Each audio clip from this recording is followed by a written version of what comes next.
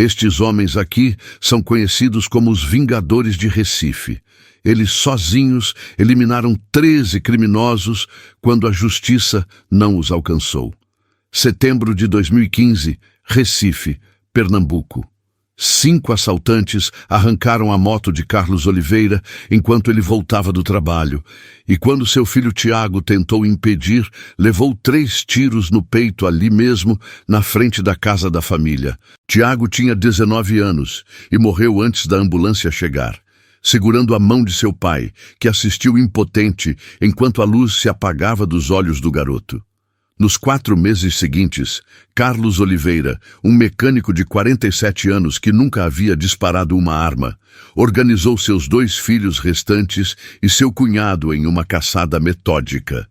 Um por um, foram eliminando cada membro da quadrilha responsável pela morte de Tiago. 13 homens mortos, sem hesitação, sem erros, sem deixar rastros. A polícia os procurou como criminosos, os vizinhos os protegeram como heróis. E quando finalmente os prenderam em janeiro de 2016, ninguém no bairro quis testemunhar contra eles, porque todos entendiam uma verdade que o sistema nunca aceitaria. Às vezes, a justiça não vem dos tribunais. Vem de um homem com as mãos sujas de graxa que decidiu que seu filho não morreria em vão. Esta é a história completa deles. Recife, em 2015, não era o que muitos turistas veem nos cartões postais. A periferia era especialmente violenta. As ruas esburacadas se transformavam em rios quando chovia. Metade das casas tinha segurança improvisada com grades e cadeados múltiplos. E a polícia só aparecia quando já havia corpos no chão. Com o crescimento desordenado dos bairros da Zona Oeste se misturando com favelas, a região era o lugar perfeito para que o crime organizado operasse com total impunidade. Facções criminosas controlavam grande parte do tráfico de drogas e roubos em Pernambuco, e Recife era uma de suas bases mais produtivas. Não porque fosse a capital, mas porque era território perfeito para assaltos, receptação de veículos roubados e recrutamento de jovens para o crime.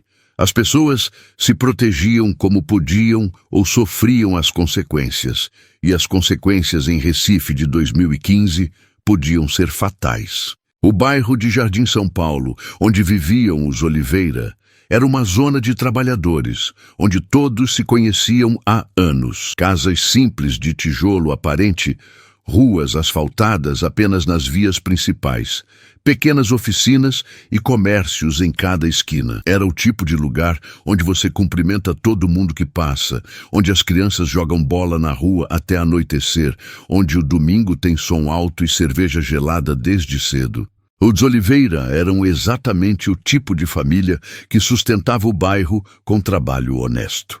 Carlos Oliveira tinha 47 anos em 2015. Havia chegado a Recife desde o interior de Pernambuco aos 22 anos, buscando oportunidades. E durante 25 anos havia construído sua vida com muito esforço, dia após dia, centavo por centavo. Sua pequena oficina mecânica, Auto Center Oliveira, ficava na mesma rua onde morava, e embora nunca os tivesse feito ricos, dava o suficiente para sustentar a família com dignidade, pagar escola particular para os filhos e de vez em quando fazer uma viagem para a praia ou comprar uma televisão nova quando necessário. Mariana Oliveira tinha 44 anos. Havia conhecido Carlos quando tinha 21 e trabalhava como cozinheira em um restaurante popular. Durante 23 anos, havia sido a espinha dorsal daquela família. Era ela quem acordava às 5 da manhã para preparar o café, quem administrava cada real que entrava em casa, quem resolvia conflitos entre os irmãos, quem mantinha contato com toda a família estendida, quem organizava as festas de aniversário que reuniam 30 pessoas em seu quintal apertado. Os vizinhos a lembravam como uma mulher de voz forte e coração maior, que cantava enquanto cozinhava, que nunca deixava ninguém sair de sua casa sem oferecer pelo menos um cafezinho. Era o tipo de pessoa que transforma um bairro em comunidade, e não apenas em um amontoado de casas. Quando alguém precisava de ajuda, Mariana aparecia. Quando alguém estava doente, Mariana levava comida. Quando alguém precisava desabafar, Mariana tinha tempo, mesmo que tivesse 1000 coisas para fazer. Tinham 3 filhos, Tiago, de 19, Gabriel, de 17 e Lucas, de 15. Tiago já trabalhava com o pai na oficina, aprendendo o ofício, com planos de eventualmente abrir sua própria oficina ou conseguir trabalho em alguma concessionária grande. Era o responsável, o que acordava cedo sem reclamar, o que já pensava em casar com a namorada Jéssica e construir uma vida. Gabriel estava no ensino médio, bom aluno. Sonhava em fazer engenharia, era o estudioso da família, o que passava horas com livros abertos na mesa da cozinha. Lucas ainda estava descobrindo quem era. Gostava de jogar futebol, de andar de skate, de ficar na rua com os amigos, até a hora que Mariana gritava da janela para ele entrar. Também havia Roberto, o cunhado de Carlos, de 42 anos, casado com a irmã de Mariana.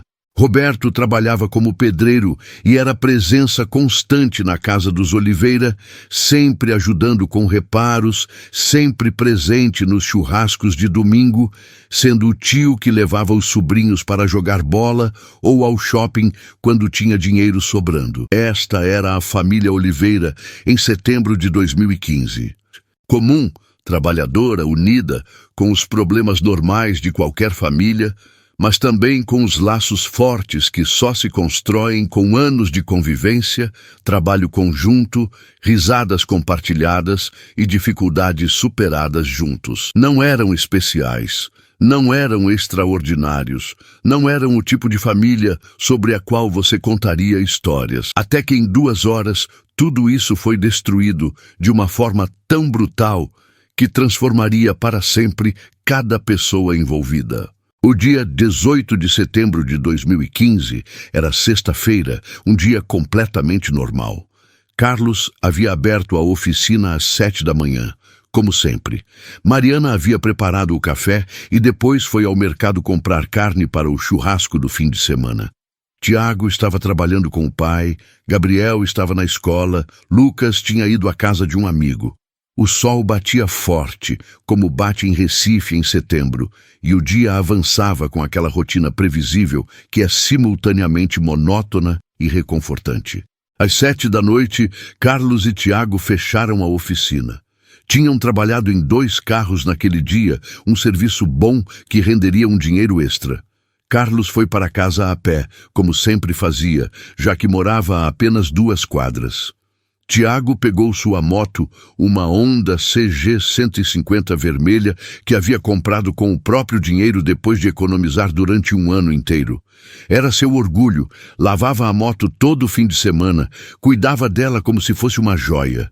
Ele arrancou pela rua, acenou para o pai e seguiu na direção de casa, onde planejava tomar banho e sair com Jéssica mais tarde. Tiago estava a 1 quadra de casa quando 2 motos se aproximaram pelos lados. Eram 5 homens, 3 em uma moto, 2 na outra, todos jovens, entre 20 e poucos e 30 e poucos anos. O que ia na garupa da primeira moto sacou uma pistola e gritou para Tiago parar. Era assalto. Simples assim. Mais um dos milhares que acontecem em Recife todo ano. Tiago deveria ter parado, deveria ter entregado a moto, deveria ter deixado eles levarem e ir embora. Mas Tiago tinha 19 anos e aquela moto representava um ano de trabalho duro, representava sua independência, representava algo que era dele de verdade. Então Tiago acelerou. Os assaltantes aceleraram atrás dele. Tiago virou na rua de sua casa, buzinando, gritando por ajuda. Carlos estava chegando em casa quando ouviu a buzina desesperada. Virou e viu seu filho em pânico sendo perseguido por 2 motos. Tiago parou em frente à casa, desceu da moto correndo, tentando entrar no portão. Os 5 assaltantes desceram de suas motos. O líder, um cara magro de uns 28 anos com tatuagens nos braços, apontou a arma para Tiago e gritou: "Volta aqui, moleque!" Tiago estava aterrorizado, mas estava em frente à sua casa, onde sua família estava, onde deveria estar seguro. Ele gritou: "É minha moto! Comprei com meu dinheiro!" Carlos correu na direção deles gritando: "Levem a moto! Levem a moto! Não machuquem meu filho!" Mas o líder dos assaltantes não estava interessado em negociação. Ele estava irritado. Irritado porque Tiago não havia parado imediatamente. Irritado porque tinha fugido. Irritado porque agora havia vizinhos olhando. Irritado porque este moleque idiota estava discutindo por causa de uma moto que nem valia tanto assim. O assaltante apontou a arma para Tiago e disse: "Você devia ter parado, mano." Disparou 3 vezes. 3 tiros no peito de Tiago, a queima-roupa, sem hesitação, sem pensar 2 vezes. Tiago caiu para trás, bateu a cabeça no portão de ferro, escorregou até o chão. Carlos gritou, um grito que veio de algum lugar primitivo, um som que não era completamente humano. Correu até seu filho, se ajoelhou ao lado dele, pressionou as mãos contra os ferimentos, tentando estancar o sangue que jorrava. Tiago estava consciente ainda. Olhava para o pai com olhos arregalados de medo e confusão. Tentou falar, mas só saiu sangue de sua boca. Os 5 assaltantes pegaram a moto de Tiago e foram embora tranquilamente, acelerando pela rua como se nada tivesse acontecido, deixando para trás um garoto de 19 anos morrendo no chão e um pai desesperado tentando salvá-lo. Mariana saiu correndo da casa quando ouviu os gritos, viu a cena e seu mundo desabou. Ajoelhou-se do outro lado de Tiago, segurou o rosto dele e dizia: "Aguenta, meu filho, aguenta, a ambulância já vem." Gabriel e Lucas apareceram, ficaram paralisados na porta, vendo seu irmão mais velho sangrando, ouvindo os gritos de seus pais, não sabendo o que fazer. Vizinhos começaram a se reunir. Alguém havia chamado a ambulância, alguém havia chamado a polícia, mas em Recife, em bairros como Jardim São Paulo, ajuda nunca chega rápido. Tiago segurou a mão de seu pai. Suas forças estavam se esvaindo rapidamente. Olhou para Carlos, tentou dizer algo, mas não conseguiu. Nos olhos de Tiago havia tantas coisas: medo, dor, desculpa por ter tentado fugir, amor por sua família. E então, lentamente, a luz se apagou. Tiago Oliveira morreu ali mesmo, no chão em frente à sua casa, segurando a mão de seu pai, aos 19 anos, por causa de uma moto que valia talvez R$3.000. A ambulância chegou 35 minutos depois. Os paramédicos desceram, checaram o pulso de Tiago, olharam para Carlos e balançaram a cabeça. Não havia nada a fazer. A polícia chegou mais 20 minutos depois disso. 2 policiais desceram da viatura, olharam a cena com aquela indiferença profissional de quem vê isso todo dia. Fizeram perguntas básicas. O que aconteceu? Quantos eram? Para que lado foram? Você reconheceria eles? Carlos não conseguia falar. Estava sentado no chão, ainda segurando a mão de Tiago, olhando o rosto de seu filho que agora estava pálido e vazio. Mariana respondia entre soluços, mas suas respostas eram inúteis. 5 homens, 2 motos, não viu as placas, não reconheceria os rostos no escuro. Foram embora para o norte. Os policiais anotaram tudo em um caderninho. Disseram que fariam o possível, que mandariam o corpo para o IML, que a família poderia retirar no dia seguinte, que lamentavam muito. Então foram embora, deixando a família Oliveira com seu luto e sua impotência. Roberto chegou meia hora depois que a polícia foi embora. Alguém havia ligado para ele. Encontrou sua família destruída. Carlos ainda no chão. Mariana chorando descontroladamente. Gabriel e Lucas abraçados em um canto, ambos em choque. O corpo de Tiago já havia sido levado, mas o sangue ainda estava lá, uma poça escura que brilhava sob a luz do poste. Roberto não sabia o que dizer, não havia palavras para isso.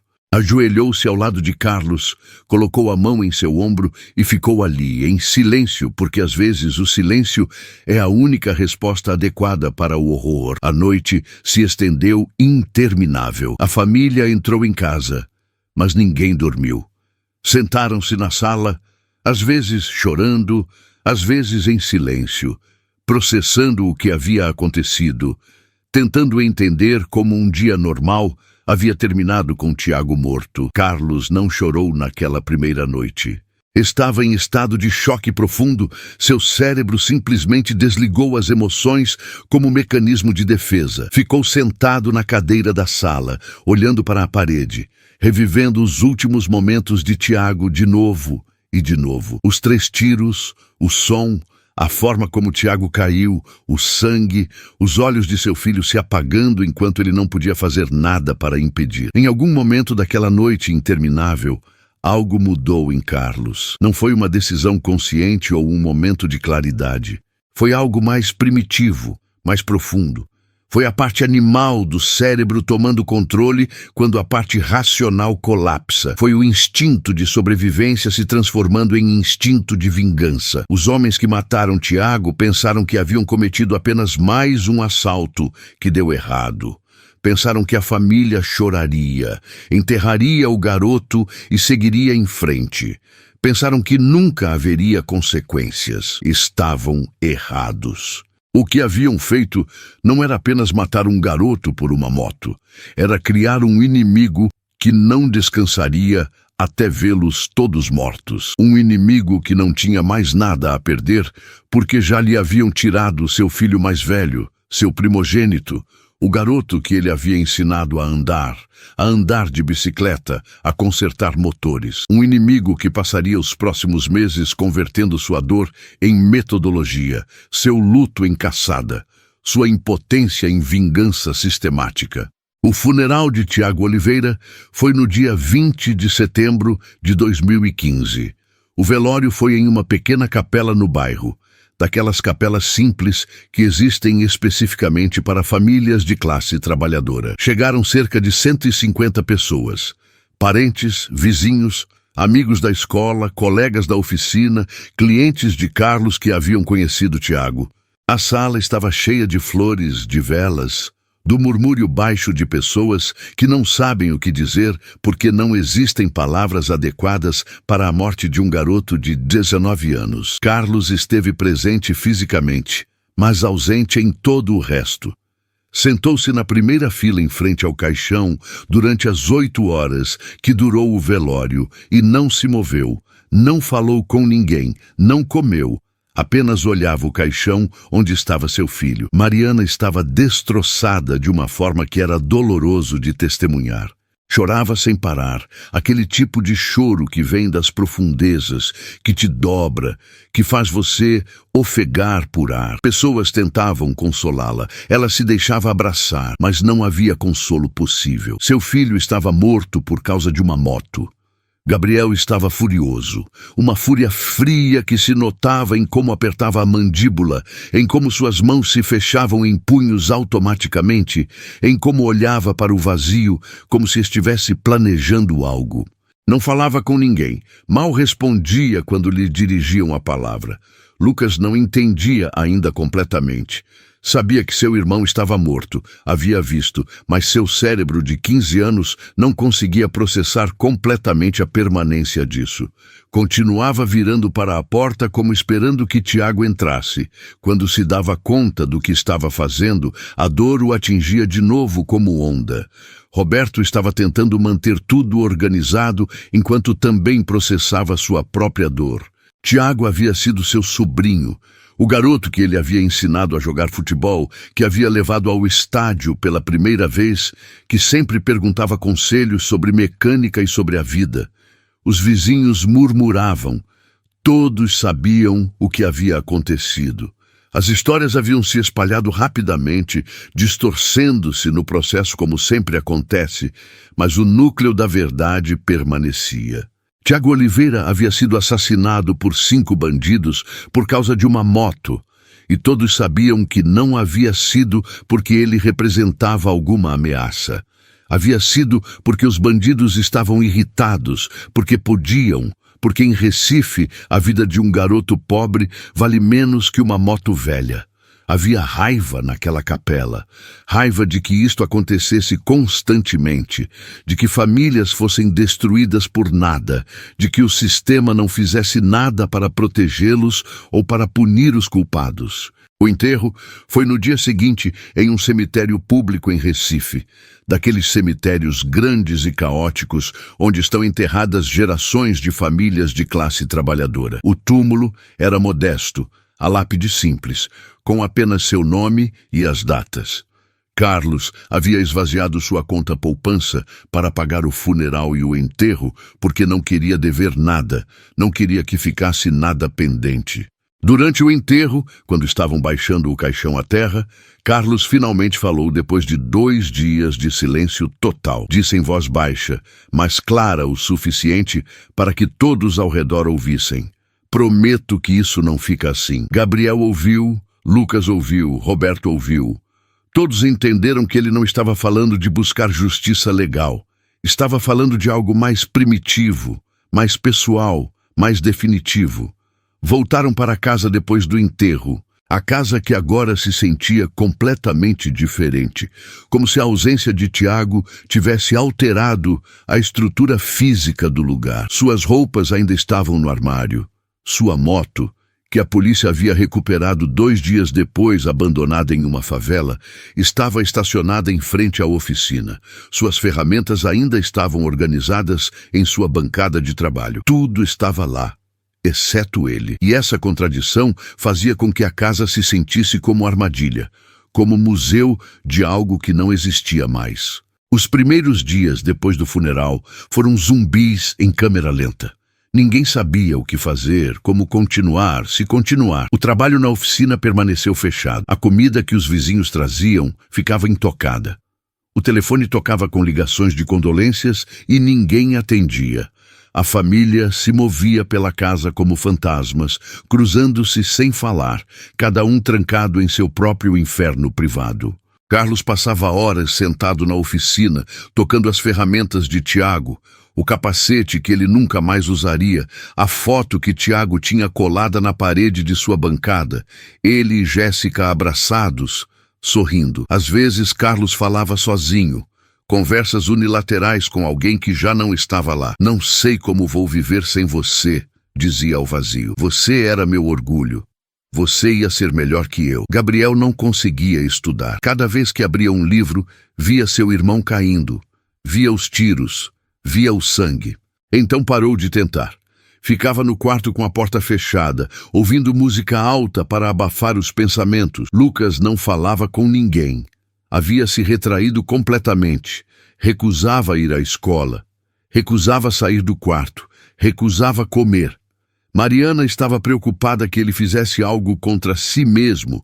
Então Roberto começou a dormir na casa, ficando no quarto com Lucas, só para se certificar de que o garoto estivesse seguro. Mariana tentava manter alguma rotina, acordava cedo, preparava café que ninguém tomava, limpava a casa que já estava limpa, fazia comida que ninguém comia. Era sua forma de não enlouquecer, de fingir que as coisas podiam voltar ao normal se apenas continuasse fazendo os movimentos corretos. Roberto ia todos os dias, tentava fazer a família comer, tentava fazer com que falassem, tentava ser a presença estável, porque Carlos não podia mais fazer isso. Mas Roberto também estava quebrado, também acordava no meio da noite pensando em Tiago, nos últimos momentos de terror, em como seu cunhado nunca mais seria o mesmo. As primeiras 2 semanas foram as piores. A dor ainda era fresca, crua, insuportável. O mundo continuava lá fora com sua normalidade ofensiva, enquanto dentro daquela casa o tempo havia parado no momento em que Tiago levou os tiros. Ninguém mencionava os homens que fizeram isso. Ninguém perguntava se a família os havia identificado. Era entendimento tácito que esse tema não se tocava. Porque tocar esse tema era aceitar que eles ficariam impunes, que Tiago havia morrido por nada, que nada mudaria. Exceto que Carlos, sim, falava disso. Em suas conversas unilaterais com as ferramentas de Tiago, prometia vingança. Vão pagar, dizia a ausência. Juro que vão pagar cada um. Não vou parar até que estejam todos mortos. Era fácil descartar essas palavras como etapa do luto, como raiva impotente de homem quebrado. Gabriel as ouvia e queria acreditar nelas, mas não podia imaginar como. Roberto as ouvia e reconhecia algo, porque Roberto conhecia Carlos há mais de 20 anos. Conhecia aquela teimosia nordestina que havia feito com que Carlos construísse uma oficina do zero, que sustentasse uma família através de décadas de dificuldades. Quando Carlos dizia que ia fazer algo, fazia. Não importava o quê, não importava quanto tempo levasse. A pergunta não era se Carlos falava sério. A pergunta era como diabos um mecânico de 47 anos ia cumprir uma promessa de exterminar 5 bandidos armados que provavelmente faziam parte de uma facção maior. 3 semanas depois do funeral, Carlos saiu de seu isolamento e chamou todos para a sala. Era tarde da noite, por volta das 11.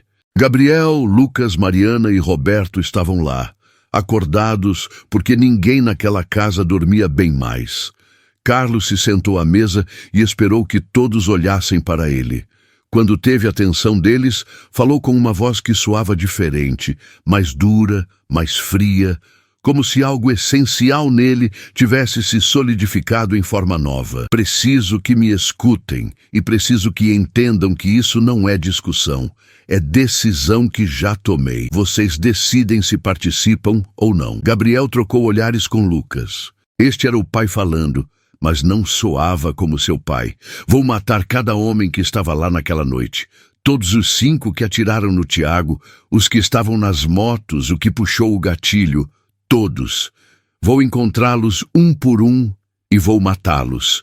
Não vou parar até que não sobre nenhum. E se a facção mandar outros, mato eles também. Vou continuar até que eles entendam que mexer com esta família custa mais do que vale. O silêncio que se seguiu era denso. Roberto foi o primeiro a falar. Carlos, irmão, você não pode. São bandidos armados, estão organizados, vão te matar. Já me tiraram meu filho. A única coisa que me resta é me certificar de que paguem por isso. Se me matarem no processo, pelo menos Tiago não morreu sem vingança. Pai, Gabriel tentou soar razoável. Entendo como você se sente, mas isso é suicídio. Não sabemos quem são. Onde estão? Já sei quem são. Carlos os interrompeu. Tenho estado investigando discretamente. São de uma facção que opera na Zona Oeste. O líder do grupo se chama Ratão. Opera de uma boca de fumo no coque. Tem uns 15 ou 20 homens trabalhando com ele. Fazem assaltos, tráfico, extorsão. Como você sabe disso? Porque nas últimas 3 semanas não estive apenas chorando como vocês pensavam. Estive nas ruas, ouvindo, perguntando, juntando informação, e agora sei onde operam, sei quem são alguns deles, sei as rotinas. Gabriel falou, eu vou com você. Eu também. Lucas disse com voz firme. Não, Lucas, você tem 15 anos. Gabriel argumentou. E daí? Ele era meu irmão também. Eu também vi ele morrer. Roberto respirou fundo. Se vocês vão fazer isso, se realmente vão fazer essa loucura, então eu vou também, porque alguém tem que tentar manter vocês vivos. Mariana, que havia estado em silêncio, finalmente falou. Vocês estão loucos. Todos vocês. Isso vai acabar com vocês mortos ou na cadeia. Não posso perder mais ninguém. Não posso. Mariana, Carlos falou suavemente pela primeira vez em semanas. Eu entendo. Mas eles mataram nosso filho e nada vai acontecer com eles. Nada. A polícia não vai investigar. Você sabe disso. Então, ou aceitamos que Tiago morreu por nada, ou fazemos algo. Mas e se eu perder vocês também? E se Gabriel morrer? E se Lucas morrer? E se você morrer? Então eu fico sem nada. Então nós morremos sabendo que fizemos Tiago ter justiça. Isso não é justiça. Mariana gritou. Isso é vingança, isso é loucura. Talvez seja, mas é a única coisa que posso fazer. Mariana chorou, mas não tentou impedi-los mais. Sabia que quando Carlos tomava uma decisão, não havia como mudar sua cabeça, e parte dela, uma parte escura que ela não queria admitir, queria que os assassinos de seu filho pagassem também.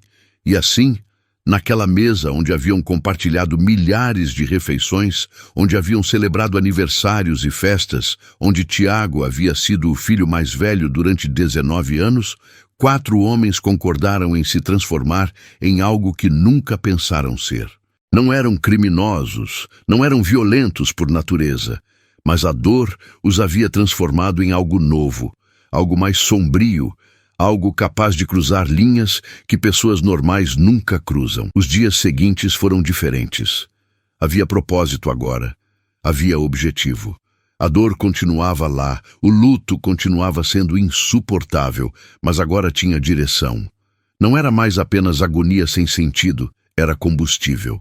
Carlos reuniu os três, Gabriel, Lucas e Roberto, na oficina e expôs o que havia aprendido em 3 semanas de investigar discretamente, de conversar com pessoas, de seguir rastros, de construir lentamente um mapa de como operava a facção em Recife. Ratão tem uns 20 homens, operam do coque, mas se espalham pela zona oeste fazendo assaltos e cobrando dívidas. Os 5 que mataram Tiago fazem parte do grupo dele.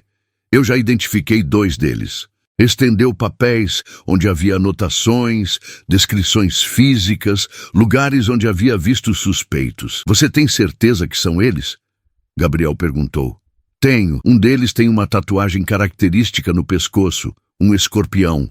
O outro é careca com uma cicatriz na testa. Eu os vi várias vezes na região. Foram eles. Roberto perguntou o óbvio. Como conseguimos armas? Já estou trabalhando nisso.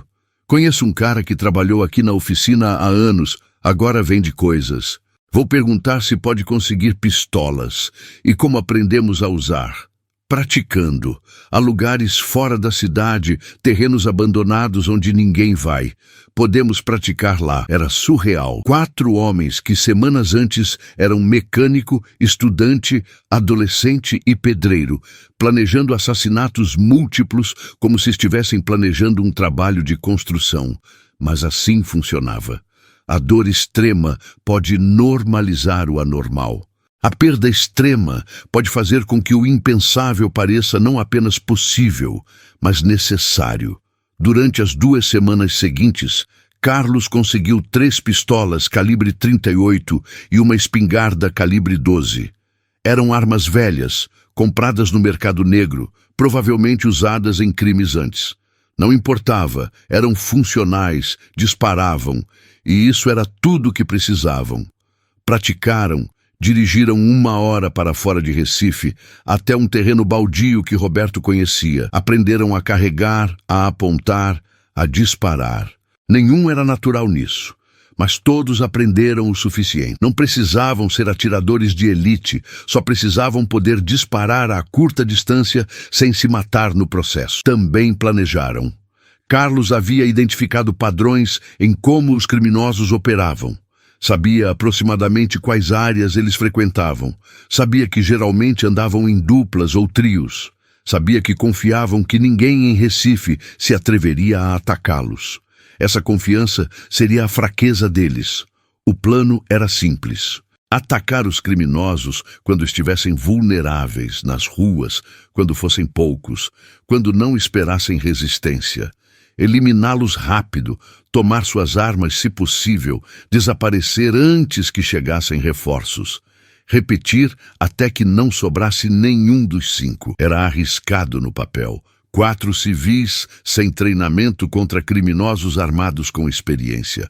As probabilidades estavam completamente contra os Oliveira.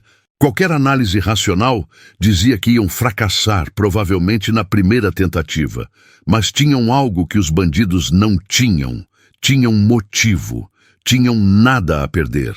Tinham disposição absoluta a morrer no processo, se isso significasse levar os assassinos de Tiago com eles. E tinham a vantagem da surpresa, porque ninguém, absolutamente ninguém, esperava que uma família de trabalhadores declarasse guerra contra uma facção criminosa. Antes de continuarmos com essa história intensa, preciso fazer uma pausa importante. Esta narrativa que você está acompanhando não é real. É uma criação ficcional feita exclusivamente para fins de entretenimento e reflexão. Os eventos, personagens e situações descritos aqui nunca aconteceram. O objetivo não é glorificar a violência ou incentivar qualquer tipo de vingança, mas sim explorar através da ficção as complexidades das emoções humanas diante de situações extremas. Na vida real, o sistema de justiça existe por razões fundamentais, e a violência só gera mais violência. Dito isso, vamos continuar nossa história sobre a família Oliveira e as consequências irreversíveis de suas escolhas. Dia 15 de outubro de 2015, quase um mês após a morte de Tiago, Carlos decidiu que estavam prontos. Naquela noite, depois de fechar a oficina, reuniu os três na garagem. Amanhã começamos. Tenho estado seguindo o cara da tatuagem de escorpião. Sei onde ele vai estar amanhã à noite. Ele e outro vão estar cobrando dívidas na bomba do Emetério. Esperamos eles, atacamos, eliminamos. Rápido, eficiente, sem emoções. E depois? Lucas perguntou. Depois continuamos. Um por um, até que estejam todos mortos ou nós estejamos. Dormiram pouco naquela noite. O peso do que estavam prestes a fazer era real agora, iminente, impossível de ignorar. Estavam prestes a se transformar em assassinos. Estavam prestes a cruzar uma linha que não se pode descruzar. Gabriel se perguntou o que Tiago pensaria. Seu irmão havia sido um cara pacífico, que evitava brigas, que sempre tentava resolver as coisas conversando. Aprovaria isso ou ficaria horrorizado?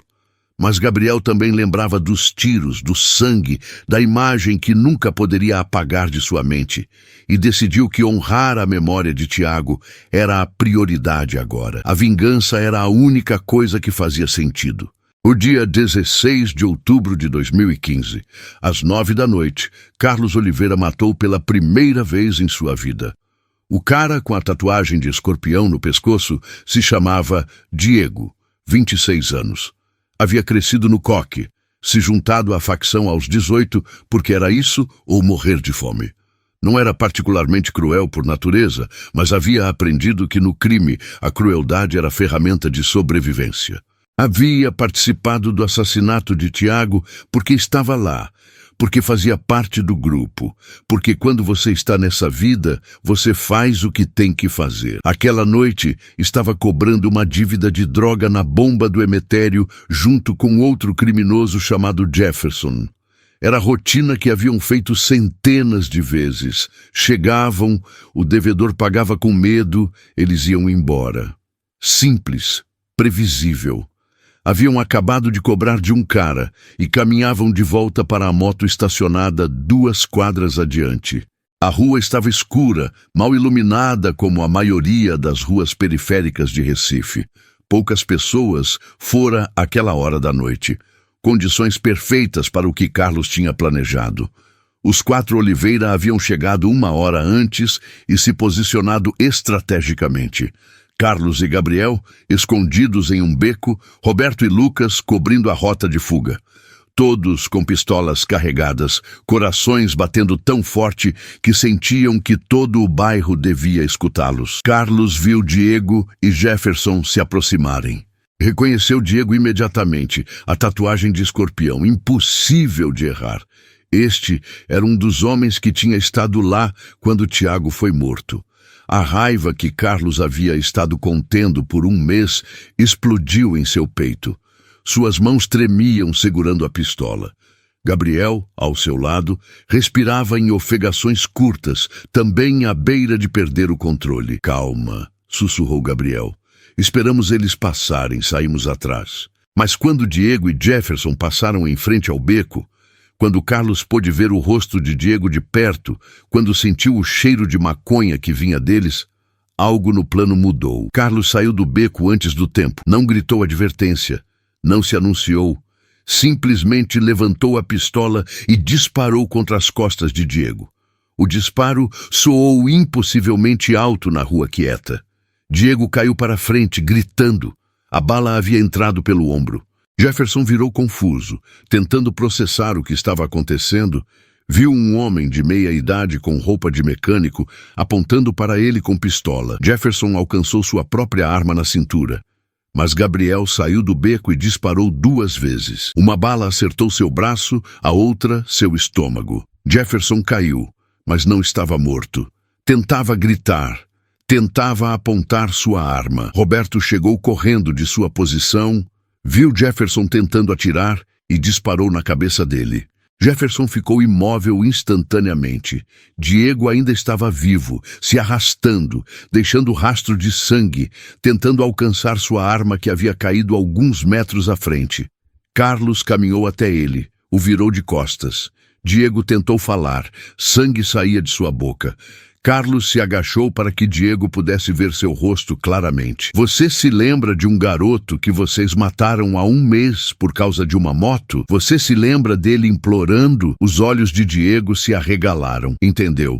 Nos últimos segundos de sua vida, entendeu exatamente por que estava morrendo e quem o estava matando. Ele era meu filho. E isto é por ele. Carlos colocou a pistola em sua testa e disparou. A cabeça de Diego ricocheteou contra o asfalto e ficou imóvel. Silêncio. Exceto pelo zumbido nos ouvidos de Carlos dos disparos. Exceto por Lucas vomitando em um canto. Exceto pelas próprias ofegações de Carlos enquanto olhava o que acabava de fazer. Havia cruzado a linha. Não era mais mecânico honesto. Era assassino. E estranhamente não sentia remorso, só sentia alívio, como se uma pressão que havia estado se acumulando por 1 mês finalmente tivesse encontrado liberação. Temos que ir agora. Roberto os tirou do choque. Alguém vai ter ouvido os disparos. Se moveram rápido, pegaram as pistolas dos criminosos mortos, reviram os bolsos buscando qualquer coisa útil, subiram no carro que haviam deixado preparado 3 quadras adiante e foram embora antes que chegassem sirenes. De volta em casa, ninguém falou durante o trajeto. Na sala, sob a luz amarelada que Mariana sempre deixava acesa, 4 homens se olharam e viram algo diferente nos olhos uns dos outros. Algo mais duro, algo irrevogável. 2 a menos. Carlos finalmente falou. Faltam 3. Não houve celebração, não houve alívio completo. Só havia certeza de que isto era o início, não o fim. A facção ia responder, a violência ia escalar, e a família Oliveira estava comprometida agora no caminho até o final, fosse qual fosse esse final. Gabriel foi o primeiro a ir para seu quarto, sentou-se na cama e olhou para suas mãos, as mesmas mãos que haviam disparado contra outro ser humano 2 horas antes. Esperava sentir horror, esperava arrependimento, mas a única coisa que sentia era uma pergunta. Por que não se sentia pior? Roberto não podia parar de reviver o momento em que disparou na cabeça de Jefferson. O som, a forma como o corpo se sacudiu e ficou imóvel. Havia matado alguém, havia tirado a vida de outro ser humano, e o perturbador não era tê-lo feito, era o quão fácil havia sido. Apenas puxar um gatilho. Isso era tudo, menos de meio quilo de pressão e alguém deixava de existir. Lucas ainda sentia náuseas, mas também algo mais. Uma satisfação escura. Esses homens haviam matado Tiago, e agora estavam mortos eles. Não era justiça do sistema, mas era alguma forma de equilíbrio. Carlos não foi dormir. Ficou sentado na oficina, olhando as ferramentas de Tiago, e falou com a ausência como havia estado fazendo todas as noites. 2 a menos, meu filho. 2 dos que te mataram não respiram mais. Sei que provavelmente isso não está certo. Sei que você diria que vingança não te traz de volta, mas é a única coisa que posso fazer. A única coisa que me mantém funcionando.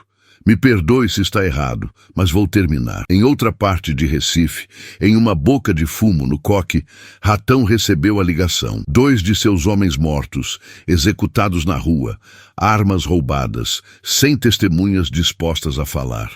Seu primeiro pensamento foi facção rival, algum grupo tentando invadir território.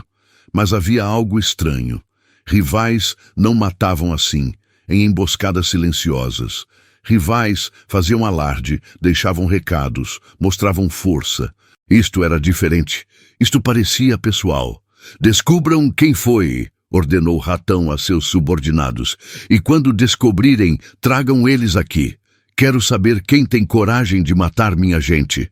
A guerra havia começado oficialmente, embora Ratão ainda não soubesse que estava em guerra contra uma família de trabalhadores que não tinha nada a perder. Nos 23 dias seguintes, a família Oliveira matou mais 9 pessoas. Não foram 9 assassinatos idênticos em sequência mecânica. Foram 9 execuções que transformaram a família mais profundamente a cada uma, que refinaram seu método, que os fizeram mais eficientes e simultaneamente mais distantes de quem haviam sido. O terceiro assassinato foi 5 dias depois do primeiro. Um criminoso que Carlos havia identificado através de descrições, um cara magro de uns 24 anos que sempre usava boné vermelho. Esperaram-no fora de uma casa que ele frequentava. Quando saiu sozinho de madrugada, Gabriel se aproximou pedindo informação. Quando o cara se distraiu, Carlos disparou por trás. Caiu sem saber o que o atingiu. Desta vez, não vomitaram depois. Desta vez, foram mais tranquilos. Para o quarto e quinto, haviam aperfeiçoado o sistema. Seguimento durante dias para conhecer rotinas, identificação de momentos vulneráveis, ataque coordenado com papéis claros. Carlos distração, Gabriel e Roberto atiradores, Lucas vigilância e rota de fuga. Executavam e desapareciam em menos de 3 minutos. Um desses foi o homem careca com cicatriz que Carlos havia identificado desde o princípio. Esperaram-no em uma lanchonete que ele frequentava toda quinta-feira. Carlos sentou-se ao lado dele, pediu um salgado, esperou o momento certo. Roberto se aproximou por trás e disparou 3 vezes nas costas. O careca caiu sobre a mesa, sangue se misturando com refrigerante. As outras pessoas na lanchonete gritaram, correram, mas ninguém perseguiu os Oliveira. Ninguém chamou a polícia até que eles já estavam longe. O que Carlos não esperava era como matar se tornava mais fácil com a repetição. O primeiro assassinato havia sido terremoto interno. O terceiro foram tremores. Para o sexto era procedimento. Localiza, segue, espera momento, executa, se retira. Como consertar um motor, uma série de passos técnicos que você reproduz com eficiência crescente. Gabriel percebeu que tinha algum talento para isso. Sua mão não tremia mais. Sua respiração se mantinha estável. Podia disparar e acertar mesmo sob pressão. Era perturbador descobrir que você era bom matando pessoas, mas também era útil. Roberto descobriu que era bom com logística, planejava rotas de fuga, identificava pontos cegos, pensava em contingências. Sua mente de pedreiro, acostumada a planejar construções, se adaptou surpreendentemente bem a planejar assassinatos. Lucas era o que mais sofria depois. Continuava tendo pesadelos, continuava revivendo cada morte, mas também continuava participando porque a alternativa, deixar que os assassinos de Tiago continuassem vivos, era pior que qualquer pesadelo. Para o final de outubro, haviam eliminado 11 dos criminosos. Recife estava agitada. Nas ruas se falava de uma guerra entre facções, de execuções misteriosas, de bandidos caindo um após outro. Ratão havia aumentado a segurança, havia posto recompensas por informação, mas não havia resultados porque ninguém suspeitava de mecânicos. Os Oliveira eram civis traumatizados, vítimas, não ameaça. Houve um momento depois do assassinato número 7, quando Carlos quase se arrependeu. Haviam matado um criminoso jovem, talvez 22 anos. Depois de atirar nele, Carlos revisou sua carteira buscando identificação. Encontrou foto do rapaz com uma criança pequena, talvez 2 anos, ambos sorrindo em algum parque. Na parte de trás, alguém havia escrito: "Te amo, pai." Carlos olhou a foto por longo tempo. Este rapaz tinha filho. Essa criança agora cresceria sem pai. Vingança criava mais vítimas, criava mais órfãos, criava mais dor. Roberto viu Carlos paralisado olhando a foto. "Você está bem?" Carlos guardou a foto de volta e a jogou junto ao corpo. "Vamos embora." Aquela noite Carlos não falou com Tiago. Ficou calado, processando o que havia visto, se perguntando se isto valia a pena, se estava honrando seu filho ou manchando sua memória. Mas no dia seguinte, quando passou pela oficina e viu o lugar vazio onde Tiago trabalhava, quando lembrou dos tiros, quando sentiu a ausência dele em cada canto, a dúvida se evaporou. Continuou. Ratão não era estúpido. Havia chegado à sua posição porque era brutal quando precisava, mas também porque sabia pensar estrategicamente. E no início de novembro, com 11 de seus homens mortos em menos de 2 meses, havia identificado o padrão. Os assassinatos não eram aleatórios. Eram dirigidos especificamente a seu grupo. Eram execuções de pessoas que haviam participado de operações específicas. E quando Ratão revisou que operações haviam feito recentemente, uma se destacava. O garoto morto por causa da moto. "Tragam aquela família", ordenou Ratão. "Os do Jardim São Paulo, o mecânico e seus filhos. Quero eles vivos." O dia 8 de novembro, 6 criminosos chegaram à oficina de Carlos. O trabalho estava acontecendo. Gabriel estava ajudando Carlos com um carro. Ouviram as motos chegarem, olharam para cima, viram os homens armados descendo, souberam imediatamente o que era. Gabriel gritou: "Pai, agora!" enquanto corria para dentro. Os criminosos entraram na oficina disparando. Balas ricochetearam em ferramentas, em carros, em paredes. Gabriel subiu as escadas que conectavam a casa. Carlos atrás dele. Roberto e Lucas já estavam preparados com as armas que agora guardavam carregadas 24 horas. Haviam planejado para isto. Sabiam que eventualmente a facção responderia. Os criminosos subiram as escadas. Os Oliveira os esperavam com posições preparadas. Carlos atrás da geladeira que haviam movido para cobrir a entrada. Gabriel atrás do sofá. Roberto e Lucas nos quartos com ângulos para a sala. Quando o primeiro criminoso apareceu no topo das escadas, Carlos disparou no peito. O homem caiu para trás, sobre os que vinham atrás. Gabriel disparou sobre o monte de corpos. Roberto jogou uma garrafa de gasolina com pano aceso que haviam preparado. Explodiu, criando parede de fogo nas escadas. O fogo forçou os criminosos a recuar. 2 haviam subido, um estava morto, o outro ferido. Os 4 restantes embaixo avaliavam a situação. Não esperavam resistência organizada. Não esperavam que as vítimas estivessem armadas e preparadas como soldados. "Queimem tudo!" gritou um dos criminosos. Mas antes que pudessem executar, chegaram sirenes, muito mais rápido que o normal, porque desta vez vizinhos sim haviam chamado a polícia. Tiroteio em pleno dia com civis ao redor era diferente de execuções noturnas. Os criminosos tiveram que escolher continuar e arriscar captura ou recuar e buscar outra oportunidade. Escolheram recuar, levando o ferido, deixando-o morto. Os Oliveira esperaram as motos irem embora antes de descer. A polícia chegou, encontrou a oficina destruída, encontrou um criminoso morto nas escadas, encontrou Carlos e seus filhos, obviamente envolvidos em tiroteio. Mas algo estranho aconteceu. O comandante que chegou, um homem de uns 50 anos, olhou a cena, olhou os Oliveira, olhou o corpo do criminoso e depois de longo silêncio disse: "Legítima defesa. Entraram na propriedade de vocês. Vocês se defenderam. Vão ter que fazer declaração, mas não vejo problema legal aqui." Gabriel não acreditava no que ouvia. "É só isso?" O comandante o olhou direto nos olhos. "Eu estava de plantão na noite que seu irmão foi assassinado. Sei quem fez e sei quem está fazendo justiça nas ruas. Não sou bobo." Silêncio pesado. O comandante continuou: "Oficialmente isto foi tentativa de assalto que vocês repeliram. Extraoficialmente não me importa que bandidos morram. Estão fazendo o trabalho que nós deveríamos fazer, mas não podemos. Então vou dar um conselho. Terminem logo o que começaram, porque da próxima vez que vierem, não vai ter polícia chegando a tempo." O comandante foi embora levando o corpo e deixando os Oliveira em choque. Tinham um aliado inesperado, ou pelo menos um policial que olhava para o outro lado. Depois do ataque falhado, Carlos entendeu que o tempo havia acabado.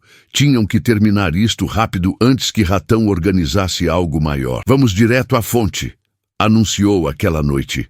Ratão, a boca dele. Terminamos com ele e quem estiver lá numa noite só. Tudo ou nada. Isso é suicídio, Roberto objetou. Vão estar em território deles, preparados, em número maior. Vão estar confiantes. Acham que estamos acuados, assustados. Não esperam que os ataquemos na base deles. É nossa única vantagem. Os 2 dias seguintes foram preparação intensa. Carlos havia localizado a boca semanas atrás. Casa térrea no coque. Sempre havia pelo menos 5 ou 6 homens. Ratão estava lá todas as noites coordenando. O plano era brutal em sua simplicidade. Esperar até as 3 da madrugada, quando as defesas estavam mais baixas, se aproximar por becos, jogar coquetéis Molotov por todas as janelas simultaneamente, disparar contra qualquer um que saísse, não deixar sobreviventes.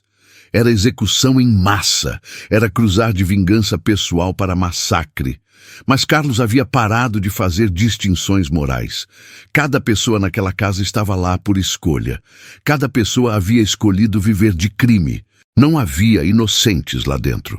À noite de 11 de novembro de 2015, os 4 Oliveira se posicionaram ao redor da boca de Ratão. Levavam 8 coquetéis Molotov preparados.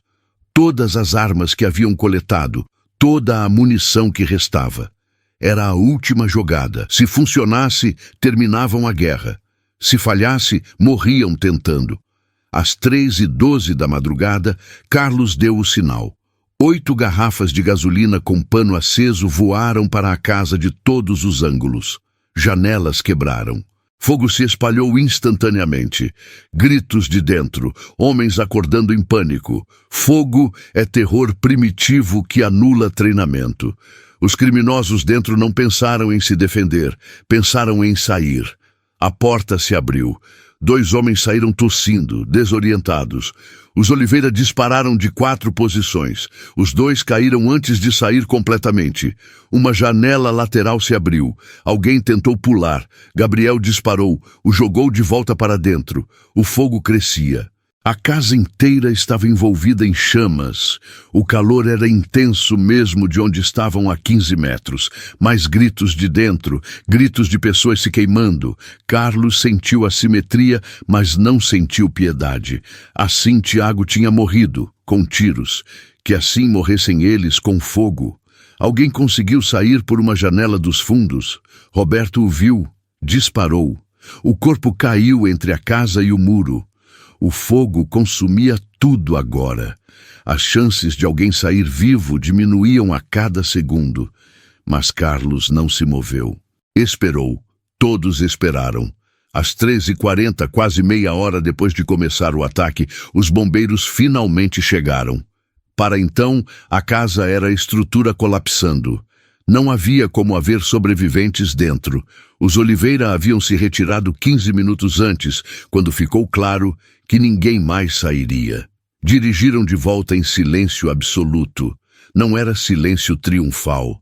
Era silêncio de pessoas que acabavam de fazer algo irreversível, algo que os mudou fundamental e permanentemente. Em casa, se sentaram na sala. As primeiras luzes da manhã começavam a entrar. Carlos falou primeiro. Acabou. Você tem certeza? Gabriel perguntou. Ratão estava dentro. Vi a moto dele. E os 5 que mataram Tiago estavam todos na operação dele. Quem sobrar vai estar preocupado sobrevivendo, não se vingando. Acabou. Roberto tinha sangue salpicado na camisa. Quantos matamos hoje? Não sei. 3 ou 4 que saíram. Talvez 4 ou 5 que ficaram dentro. Lucas fez as contas mentalmente. Matamos umas 13 pessoas no total. O número ficou suspenso no ar. 13 vidas, 13 famílias que receberiam notícias, 13 funerais, 13 vazios deixados no mundo. Todos mereciam morrer. Carlos disse com convicção que não tolerava dúvida. Cada um escolheu essa vida. Cada um machucou pessoas inocentes. Não há que sentir nada por eles. Mas Carlos sim sentia algo. Não remorso exatamente. Era algo mais complicado. Uma mistura de satisfação, esgotamento, vazio. Havia dedicado 2 meses de sua vida à vingança. Havia transformado dor em morte. E agora que estava feito, agora que os assassinos de Tiago estavam mortos, deveria se sentir melhor. Não se sentia. Tiago continuava morto. Ele não voltava porque Carlos havia matado 13 pessoas. A casa ainda se sentia vazia sem ele. Os domingos continuavam solitários. Vingança não havia trazido nada de volta. Só havia adicionado mais morte ao mundo. Mas havia sido necessário. Disso, Carlos estava seguro. Porque deixar que os assassinos de Tiago vivessem tranquilos teria sido traí-lo. Teria sido aceitar que sua vida não valia nada. O que fazemos agora? Lucas perguntou. Antônio não tinha resposta. Durante 2 meses, seu propósito havia sido claro. Agora, esse propósito estava cumprido. O que fazia uma família de trabalhadores que havia se transformado em esquadrão de vingança quando já não havia mais vingança por tomar? Agora, Carlos finalmente respondeu. Tentamos viver com o que fizemos. Os bombeiros levaram 5 horas apagando o incêndio. Quando puderam entrar, encontraram 9 corpos, alguns queimados além do reconhecimento, outros parcialmente identificáveis. Todos mortos por combinação de disparos, fogo ou inalação de fumaça. A Delegacia Estadual de Pernambuco abriu investigação. Foi investigação superficial desde o início, mais para fechar o caso do que resolver. O relatório oficial concluiu que havia sido ataque de facção rival, provavelmente vingança por território. Não havia testemunhas, ninguém no COC havia visto nada. A família Oliveira nunca foi interrogada. O comandante que havia ido à oficina se certificou que seus nomes nunca aparecessem na investigação. Não porque fosse corrupto, mas porque em sua lógica moral, os Oliveira haviam feito o trabalho que o sistema deveria fazer, mas não fazia. Durante as 2 semanas seguintes, houve mais violência em Recife. O vazio deixado pela célula eliminada criou disputa territorial. Houve execuções, tiroteios. Era o tipo de violência que Recife conhecia bem, que eventualmente se acalmaria quando algum grupo estabelecesse controle. Os Oliveira mantiveram perfil baixo, reabriram a oficina, mas Carlos trabalhava pouco. Gabriel gerenciava o negócio enquanto o pai se movia como fantasma. 1 mês depois do ataque final, 2 investigadores foram falar com Carlos. Perguntaram sobre o ataque à oficina. Perguntaram se haviam visto algo suspeito. Perguntaram se tinham ideia de quem estava matando criminosos em Recife. Carlos respondeu com cara cansada de trabalhador traumatizado. Não sabiam nada. Estavam focados em se recuperar da morte do filho. O ataque havia sido aterrorizante, mas haviam tido sorte da polícia chegar. Não tinham inimigos, não sabiam de guerras entre facções. Os investigadores não insistiram. Era óbvio que não tinham interesse real em resolver assassinatos de bandidos. 15 minutos depois, foram embora e nunca voltaram. E assim a vingança da família Oliveira ficou como rumor, como lenda urbana de Recife, como história que as pessoas contam, mas ninguém pode confirmar. Você ouviu da família que matou uns bandidos porque mataram o filho? Sim, mas eu ouvi que foram 20. Eu ouvi que foram 30. O número crescia com cada versão, mas o núcleo permanecia. Uma família comum havia declarado guerra ao crime e havia vencido, mas vencer se sentia surpreendentemente vazio. Carlos nunca voltou a ser o mesmo. As pessoas que o conheciam antes de setembro de 2015, versus depois, podiam ver a diferença imediatamente. Havia endurecimento em seus olhos, peso em seus ombros, ausência de qualquer leveza. Havia se transformado em versão sombria de si mesmo. Continuou trabalhando na oficina por anos, mas sem paixão. Era automatismo. Trabalhava porque era o que sabia fazer, não porque importasse. Os clientes notavam que não conversava mais. Só aceitava trabalho, fazia, cobrava, esperava o próximo. A oficina, que havia sido cheia de conversas e risadas, se transformou em espaço silencioso onde só soavam ferramentas.